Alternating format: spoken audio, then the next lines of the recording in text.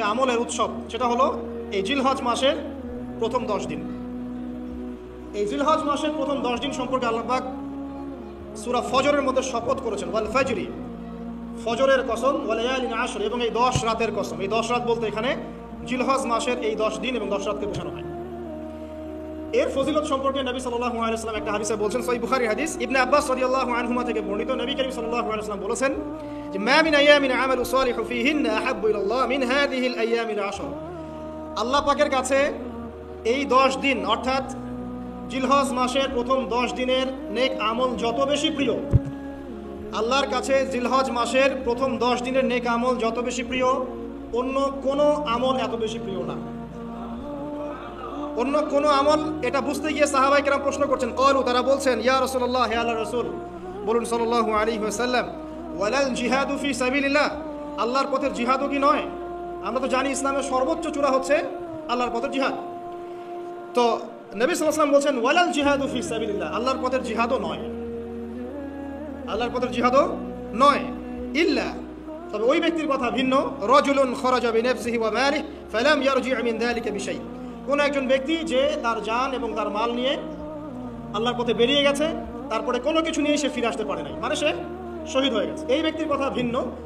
কিন্তু অন্য যে কোনো দিনের আমলের চাইতে এই 10 দিনের নেক আমল আল্লাহর কাছে সবচেয়ে বেশি প্রিয়। তাহলে আমরা বুঝতে পারলাম, আমরা যে 10 দিনে এখন বসবাস করছি, জিলহজ মাসের আজকে কয় তারিখ?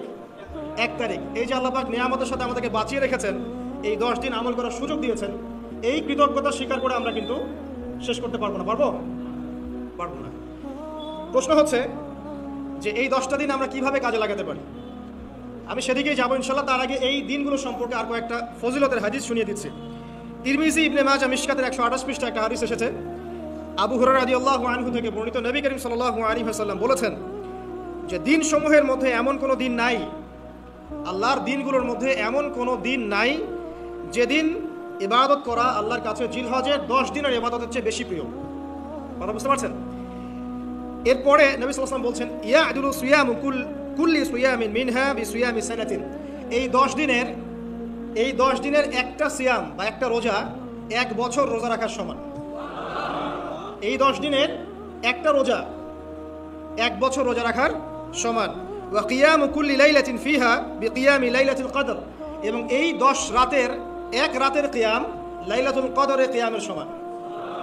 আর আমরা জানি লাইলাতুল কদর সম্পর্কে আল্লাহ পাক কি বলেছেন, লাইলাতুল কদরি খায়রুম মিন আলফি শাহর, 1000 মাসের ইবাদতের চেয়ে উত্তম। তাহলে আমরা বুঝতে পারছি যে এই 10 দিন 10 রাত কি আমল করতে হবে, এই হাদিসটা বলে দিচ্ছে, সিয়াম এবং কিয়াম। 10টা সিয়াম না পড়েন, অ্যাটলিস্ট 3টা সিয়াম করা যাবে ইনশাআল্লাহ। করা যাবে না? একটা সোমবার পাবো সামনে আমরা, ওটা রাখা যাবে ইনশাআল্লাহ। একটা বৃহস্পতিবার পাবেন, সেটাও রাখা যাবে ইনশাআল্লাহ। আর আরাফার সিয়াম পাবেন ইনশাআল্লাহ। আরাফার সিয়াম রাখলে আগের 1 বছর, পরের 1 বছর, 2 বছরের গুনাহ মাফ হয়ে যাবে ইনশাআল্লাহ আযজা ওয়া জাল্লা। আর কিয়াম সম্পর্কে আমি সামনে বলছি ইনশাআল্লাহ তাআলা। এরপরে বাইহাকির একটা বর্ণনা আছে যে জিলহজ মাসের প্রথম দশকের রাতে, জিলহজ মাসের প্রথম দশকের রাতের প্রত্যেকটা নেক আমলকে 10 দিয়ে গুণ করা হয়, 10 গুণ বৃদ্ধি করা হয়। সুবহানাল্লাহ। আরও আছে বাইহাকি এবং ইসবাহানির বিশুদ্ধ সনদে হযরত আনাস বিন মালিক রাদিয়াল্লাহু আনহু থেকে বর্ণিত আছে, জিলহজ মাসের প্রথম দশকের প্রতিদিন 1000 দিনের সমান, মানে প্রতিদিনের আমল 1000 দিন আমলের সমান, এবং আরাফার দিনের মর্যাদা 10,000 দিনের সমান।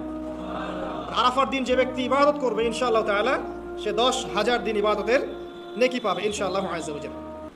তো প্রথম কি করতে হবে সেটা এই হাদিস থেকে বোঝা যাচ্ছে। হাদিসটা কি? উম্মে সালামা রাদিয়াল্লাহু আনহা থেকে বর্ণিত, নবী সাল্লাল্লাহু আলাইহি ওয়াসাল্লাম বলেন যে জিলহজ মাসের চাঁদ যে ব্যক্তি দেখবে, সে যেন তার নখ এবং তার চুল এগুলো যেন আর না কাটে। চাঁদ দেখে ফেলেছেন, কুরবানি করা পর্যন্ত এখন চুল আর নখ যেন সে না কাটে। যদি না কাটেন তাহলে কি হবে? আপনি একটা পূর্ণাঙ্গ কুরবানি নেকি পাবেন ইনশাআল্লাহ। আর একটা কুরবানি নেকি কি জানেন? কুরবানির পশুর গায়ে যতগুলো লোমকূপ আছে ততগুলো নেকি আপনার আমলনামায় যুক্ত হবে ইনশাআল্লাহ আযজা ওয়া জাল্লা। এগুলো হাদিস। এখন আমরা প্র্যাকটিক্যাল কিছু কথায় আসি যে কিভাবে আমরা এই 10টা দিনকে কাজে লাগাতে পারি। আমি সবার আগে দোয়া করছি আল্লাহ পাক যেন আমাকে সবার আগে এর উপর আমল করার তৌফিক দান করেন, আমার পরিবারকে তৌফিক দান করেন, এবং অতঃপর আপনাদের সবাইকে যেন আল্লাহ পাক এই তৌফিক দান করেন, আমিন। 1 নাম্বার, যদিও কাজটা খুব ডিফিকাল্ট এবং এই যুগে এই জেনারেশনের জন্য কাজটা অনেক বেশি ডিফিকাল্ট, অলমোস্ট ইম্পসিবলের মতো। সেটা হচ্ছে এশার নামাজের পরপর ঘুমিয়ে যাওয়া, তাই না ভাই? এই কাজটা এখন কোয়াইট ইম্পসিবল, এশার নামাজের পরপর ঘুমিয়ে যাওয়া। কিন্তু চেষ্টা করতে হবে, আল্লাহ তৌফিক দান করুক, 10টা 11টার মধ্যেই যেন আমরা ঘুমিয়ে পড়তে পারি। আল্লাহ তৌফিক দান করুন। সবার আগে যেন আমাকে তৌফিক দান করে। কোনো রাত এমনও কেটে যায় ফজরের নামাজ পড়তে হবে জন্য সারা রাত জেগে থাকতে হচ্ছে। আর আমাদের সময় বারাকা কমে গেছে, জানেন? আমাদের সময়ের মধ্যে বারাকা কমে গেছে, এটাও কিয়ামতের সাইন। নবী সাল্লাল্লাহু আলাইহি ওয়াসাল্লাম বলেছিলেন কিয়ামতের আগে আগে একটা বছর একটা মাসের মতো চলে যাবে, একটা মাস একটা সপ্তাহের মতো যাবে, একটা সপ্তাহ একটা দিনের মতো চলে যাবে, একটা দিন একটা ঘন্টার মতো চলে যাবে। তাই হচ্ছে না এখন? এই 7 দিন আগে আমরা জুমা পড়লাম, দেখেন 7 দিন। এই যে গত কয়েকদিন আগেই আপনি কুরবানির পশু জবাই করলেন, আবার কুরবানির ঈদ আপনার সামনে। সময় খুব দ্রুত চলে যাচ্ছে, আমরা বুঝতে পারছি না। এর কারণ হচ্ছে, একটা কারণ আমি ফাইন্ড আউট করছি, সেটা হচ্ছে আমরা এখন ফজরের সালাতটাকে জামায়াতে গুরুত্ব দিচ্ছি না, এবং ফজরের নামাজের পর থেকে আমরা জেগে থাকছি না। অনেকেই, বেশিরভাগই যারা থাকছে আলহামদুলিল্লাহ। এই কারণে ওই যে বরকতময় সময়টা সকালে, এটা আমরা পাচ্ছি না। এই কারণে দিনটা আমাদের ছোট হয়ে আসছে, দিনে কাজগুলো আমরা শেষ করতে পারছি না, রাত জাগতে হচ্ছে। আর রাত জাগলে তো ফজরে ওঠা সম্ভব হচ্ছে না। সো এই সমস্যাটা হচ্ছে ফজর কেন্দ্রিক, ফজরটাকে গুরুত্ব দিতে হবে সবচেয়ে বেশি। আল্লাহ পাক আমাকে তৌফিক দেখ, আপনাদের সবাইকে তৌফিক দান করুন।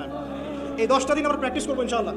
রমাদান মাসে আমরা যেমন প্র্যাকটিস করেছিলাম 1 মাস আল্লাহর আনুগত্যের, এই 10টা দিন উৎসবের উৎসাহ নিয়ে আমরা আবার প্র্যাকটিস করবো ইনশাআল্লাহু আযজা ওয়া জাল। আর এই বিষয়গুলো বেশি বেশি প্রচার করবেন অনলাইনে, কারণ আমাদের জাতিটা, আমি জানি না সৌভাগ্য না দুর্ভাগ্য, আমরা খুব ইস্যু পাগল জাতি। ইস্যু একটা ধরিয়ে দিবেন, এটা নিয়ে আসতে থাকবে। যে কোনো ইস্যু একটা ধরিয়ে দিলেই 5 দিন 7 দিন 10 দিন কথা বলতে থাকি, আবার ইস্যুও শেষ, কথা বলাও শেষ, মানুষ ভুলে যায়। তো এই কারণে মনে করিয়ে দেওয়ার স্বার্থে জিলহজের 10 দিনের ফজিলত আমাদের সবাইকে মনে করিয়ে দেওয়া লাগবে, ঠিক আছে? অনলাইন অফলাইনে সবাই প্রচার করবেন। এই 10 দিন নেক আমলের জন্য একটা উৎসবের উপহার আল্লাহর পক্ষ থেকে। এই 10টা দিন যেন আমরা আল্লাহর পক্ষ থেকে এই উপহারকে কাজে লাগাই, বেশি বেশি নেক আমল করি, পরকালকে গুছিয়ে নেই। পারবো না ইনশাআল্লাহ? ইনশাআল্লাহ। প্রথম কাজ, আর্লি ঘুমিয়ে যাওয়ার চেষ্টা করা। 2 নাম্বার, ফজরের নামাজের মিনিমাম আধা ঘন্টা আগে ঘুম থেকে ওঠার চেষ্টা করা। ফজরের নামাজ কয়টা আপনাদের এখানে? 4:30টায়। 4টা বা 3:45টায় ওঠার চেষ্টা করতে হবে। আল্লাহ পাক তৌফিক দান করুন। ওযু ইস্তেনজা করার পরে মিনিমাম 2 থেকে 4 রাকাত নফল নামাজ পড়বে, মিনিমাম 2 থেকে 4 রাকাত নফল নামাজ পড়বে। আমরা জানি যে আমরা নবী সাল্লাল্লাহু আলাইহি ওয়াসাল্লামের মতো তাহাজ্জুদ করতে পারবো না, পারবেন? তার 2 রাকাত নামাজে তিনি প্রায় 4 পারা কোরআন তেলাওয়াত করেছেন। 2 রাকাত নামাজে 4 থেকে 4.5 পারা কোরআন তেলাওয়াত করেছেন। আমরা কি পারবো? আমরা পারবো না। মিনিমাম 2 রাকাত নামাজ বা 4 রাকাত নামাজ তো পড়তে পারি। এবং ওই সময়টা হচ্ছে দোয়া কবুলের সময়। আল্লাহ পাক প্রথম আসমানে নেমে আসেন। আল্লাহ পাক কীভাবে নেমে আসেন এটা আল্লাহ পাকের ব্যাপার, এটা নিয়ে আমাদের মাথা ব্যথা ঘামানোর দরকার নাই। আল্লাহ নেমে এসে আহ্বান করতে থাকেন, কারো কি কোনো চাওয়া আছে আমার কাছে, আমি সেই চাওয়া পূরণ করে দিব।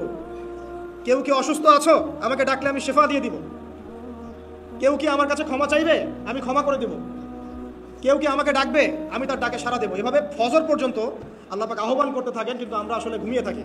আল্লাহ পাক আমাদেরকে মাফ করে দিন এবং এই নেক সময়গুলোকে কাজে লাগানোর তৌফিক আল্লাহ পাক দান করুন, আমিন।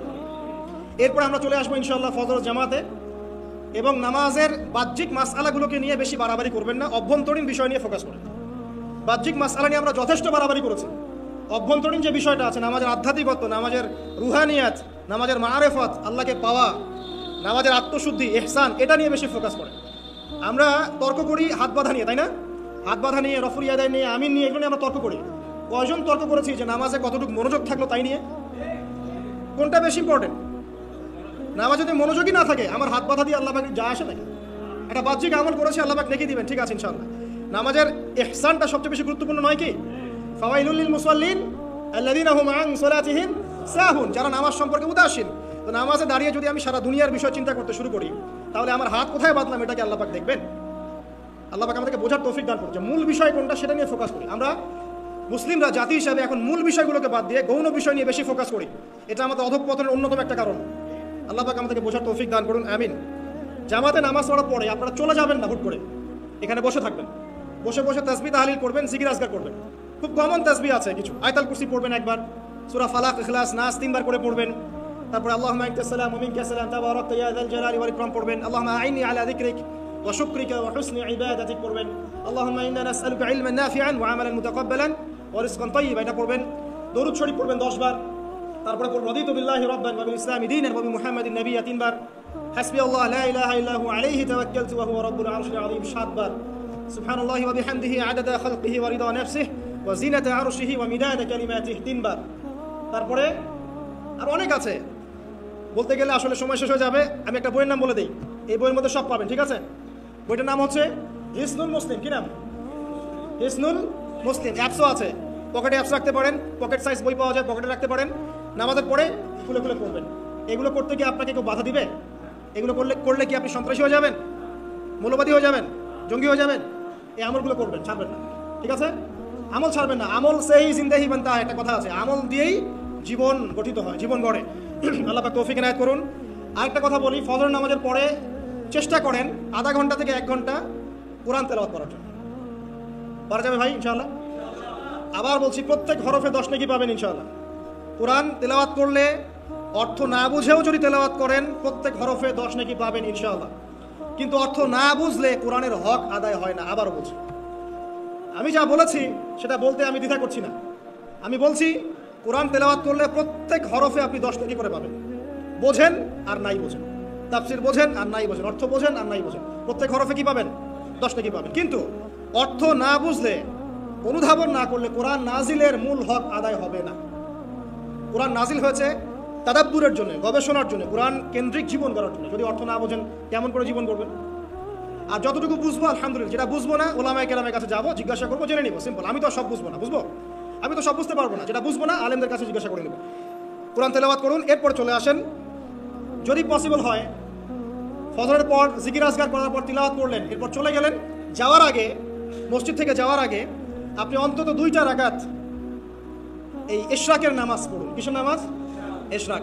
নবীজি বলেছেন, কেউ যদি ফজরের নামাজ জামাতে পড়ে, তারপরে সালাম ফিরানোর পর ওই জায়গাতেই বসে থাকে এবং জিকির আজগার করতে থাকে, সুবহানাল্লাহ 100 বার পড়লো, আস্তাগফিরুল্লাহ 100 বার পড়লো, ঠিক আছে, লা ইলাহা ইল্লাল্লাহ ওয়াহদাহু লা শারীকা লাহ লাহুল মুলকু ওয়া লাহুল হামদু ওয়া হুয়া আলা কুল্লি শাইইন কাদির, এগুলো পড়লো, তারপরে ধরেন দরুদ শরীফ পড়লো ইত্যাদি। জিকির আজগার শেষ করে সূর্য উঠে যাওয়ার পরে সে যদি 2 রাকাত নামাজ পড়ে, মাত্র 2 রাকাত, সে ফিরে যাবে একটা কবুল হজ, একটা কবুল ওমরার নেকি নিয়ে ফিরবে ইনশাআল্লাহ। আরেকটা নামাজ আছে, যদি পসিবল হয় পড়তে পারেন, 8টা থেকে 10টার মধ্যে পড়ে ফেললে ভালো, এরপরে সূর্য উঠে যায়, সূর্য গরম হয়ে যায়। সেটা হলো আপনার এই চাষ্টের নামাজ, যেটাকে আমরা বলি সলাতুদ দুহা, চাষ্টের নামাজ। আমরা অনেকে রিজিকের সমস্যায় ভুগি না? দারিদ্রতা, রিজিকের সমস্যা, আমাদের অভাব, এই সমস্যা আছে না? চাষ্টের নামাজ যে ব্যক্তি নিয়মিত পড়বে তাকে 2টা ফজিলত দেওয়া হয়। কয়টা ফজিলত? চাষ্টের নামাজ যে ব্যক্তি নিয়মিত পড়ে তার 2টা স্পেশাল ফজিলত। এক, তাকে দ্বীনের জ্ঞান দেওয়া হবে, ইলম মুখস্থ ক্ষমতা দেওয়া হবে, আপনি হিফজ ক্ষমতা বেড়ে যাবে, কোরআন সুন্নাহ মুখস্থ রাখতে পারবেন ভালো ইনশাআল্লাহ, আল্লাহর পক্ষ থেকে বুঝ দেওয়া হবে। আরেকটা হচ্ছে আপনার দারিদ্রতা আল্লাহ পাক দূর করে দেবেন।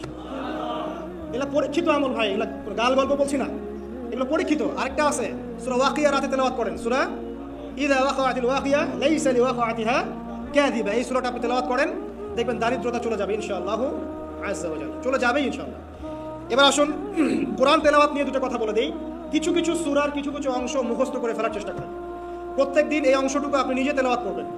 ফর এক্সাম্পল, সূরা বাকারার প্রথম 5টা আয়াত, তারপরে আয়াতুল কুরসি 255 নম্বর আয়াত, সূরা বাকারার শেষের 3টা আয়াত, সূরাতুল আলী ইমরান শেষের 10 আয়াত, সূরা কাহফ প্রথম 10 শেষের 10, সূরা মুমিনুন শেষের 5-7টা আয়াত, সূরা তাওবার শেষ পৃষ্ঠা, সূরা আহজাবের শেষ পৃষ্ঠা, সূরা ফালাক, সূরা নাস, সূরা ইখলাস, সূরা কাফিরুন, সূরা জিন এর প্রথম 10টা-20টা আয়াত, এছাড়া আরও সূরা হাশর শেষের 5-7টা আয়াত। এগুলো মুখস্থ করে ফেলেন, প্রতিদিন এগুলো আপনি চর্চা করবেন, পারবেন ইনশাআল্লাহ। প্রত্যেক দিন যদি কোরআন তেলাওয়াত করেন, একটা নেকি আছে, একটা ফজিলত স্পেশাল, সেটা হলো কোরআন কিয়ামতের মাঠে আপনার পক্ষে সুপারিশ করবে।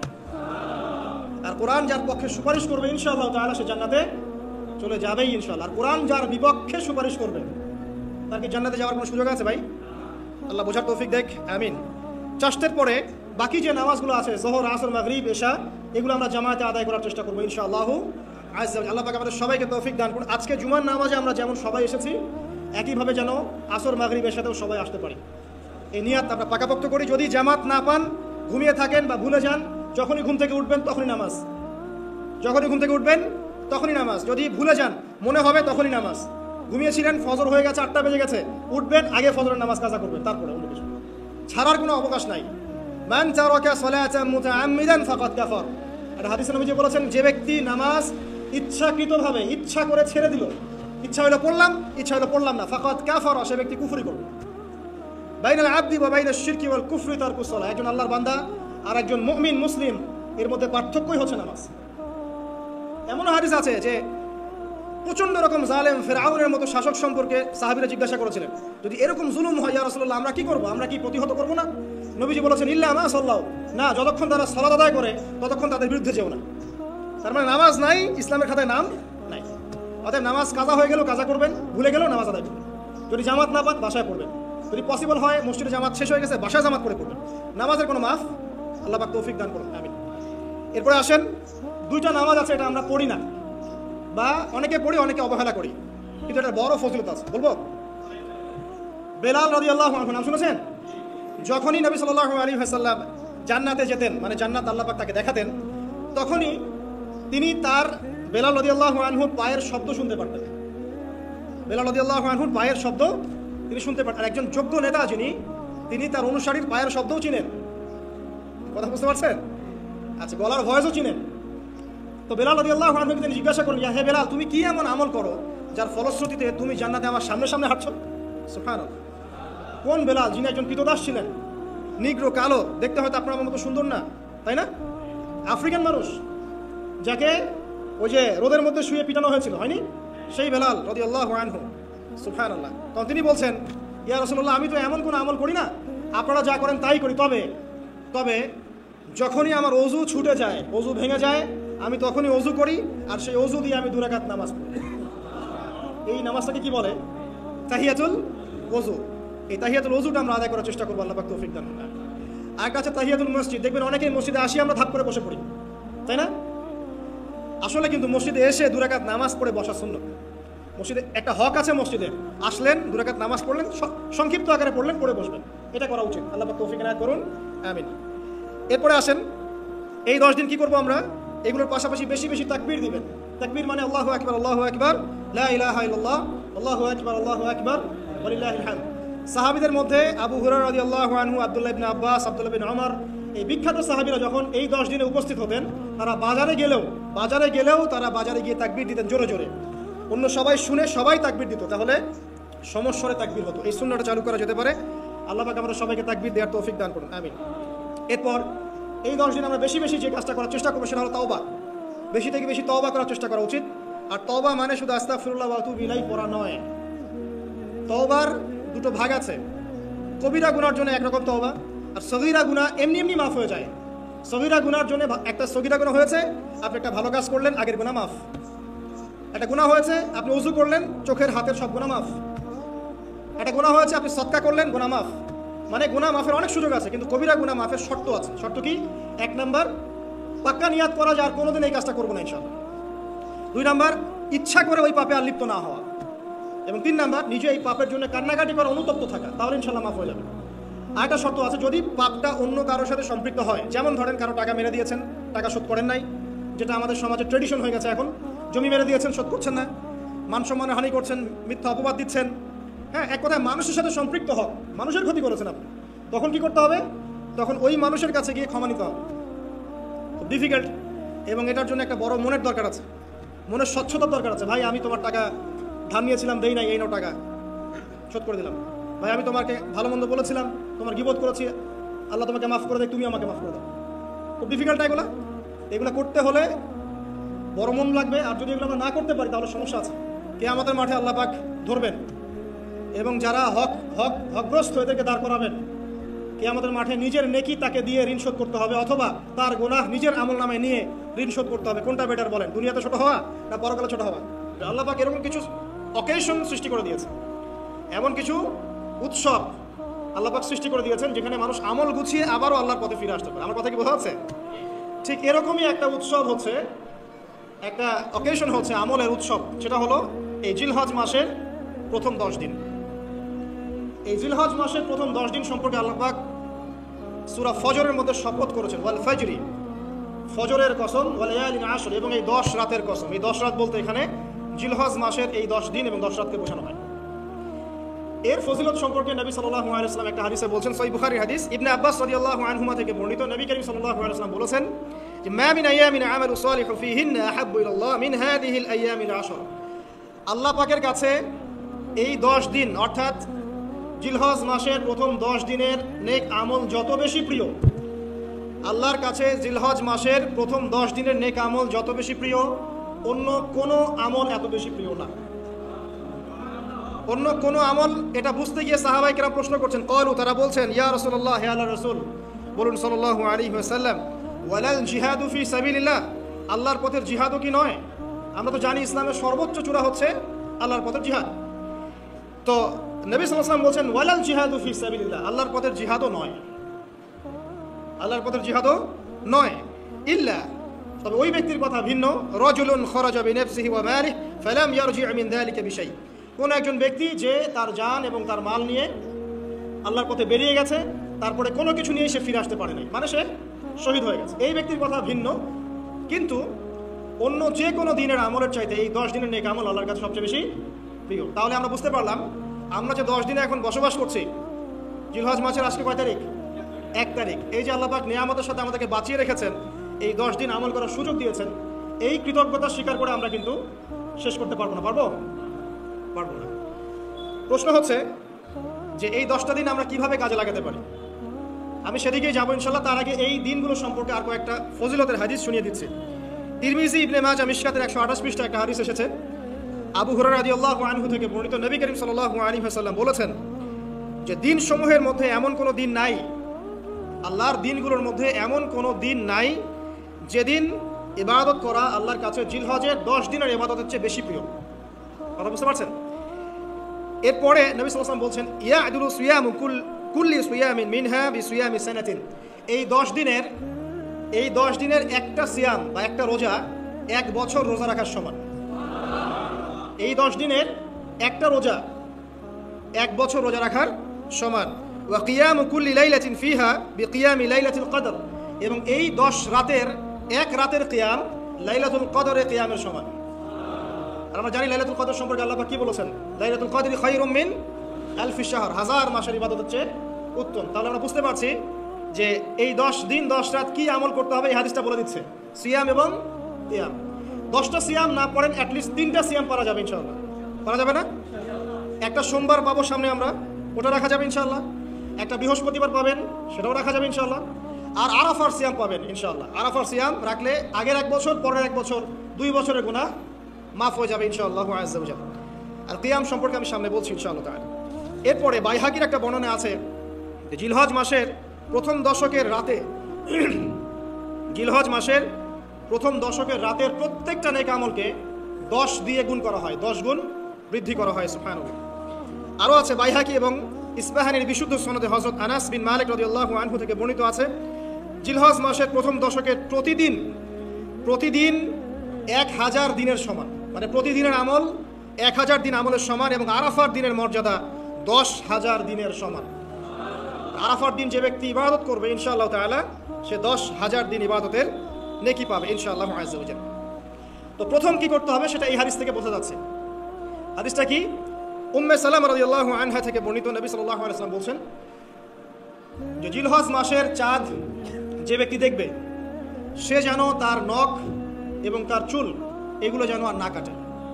চাঁদ দেখে ফেলেছেন, কুরবানি করা পর্যন্ত এখন চুল আর নখ যেন সে না কাটে। যদি না কাটেন তাহলে কি হবে? আপনি একটা পূর্ণাঙ্গ কুরবানি নেকি পাবেন ইনশাআল্লাহ। আর একটা কুরবানি নেকি কি জানেন? কুরবানির পশুর গায়ে যতগুলো লোমকূপ আছে ততগুলো নেকি আপনার আমলনামায় যুক্ত হবে ইনশাআল্লাহ আযজা ওয়া জাল্লা। এগুলো হাদিস। এখন আমরা প্র্যাকটিক্যাল কিছু কথায় আসি যে কিভাবে আমরা এই 10টা দিনকে কাজে লাগাতে পারি। আমি সবার আগে দোয়া করছি আল্লাহ পাক যেন আমাকে সবার আগে এর উপর আমল করার তৌফিক দান করেন, আমার পরিবারকে তৌফিক দান করেন, এবং অতঃপর আপনাদের সবাইকে যেন আল্লাহ পাক এই তৌফিক দান করেন, আমিন। 1 নাম্বার, যদিও কাজটা খুব ডিফিকাল্ট এবং এই যুগে এই জেনারেশনের জন্য কাজটা অনেক বেশি ডিফিকাল্ট, অলমোস্ট ইম্পসিবলের মতো, সেটা হচ্ছে এশার নামাজের পরপর ঘুমিয়ে যাওয়া। তাই না ভাই? এই কাজটা এখন কোয়াইট ইম্পসিবল, এশার নামাজের পরপর ঘুমিয়ে যাওয়া। কিন্তু চেষ্টা করতে হবে, আল্লাহ তৌফিক দান করুক, 10টা 11টার মধ্যেই যেন আমরা ঘুমিয়ে পড়তে পারি। আল্লাহ তৌফিক দান করুন, সবার আগে যেন আমাকে তৌফিক দান করে। কোনো রাত এমনও কেটে যায় ফজরের নামাজ পড়তে হবে জন্য সারা রাত জেগে থাকতে হচ্ছে। আর আমাদের সময়ে বারাকা কমে গেছে, জানেন? আমাদের সময়ের মধ্যে বারাকা কমে গেছে, এটাও কিয়ামতের সাইন।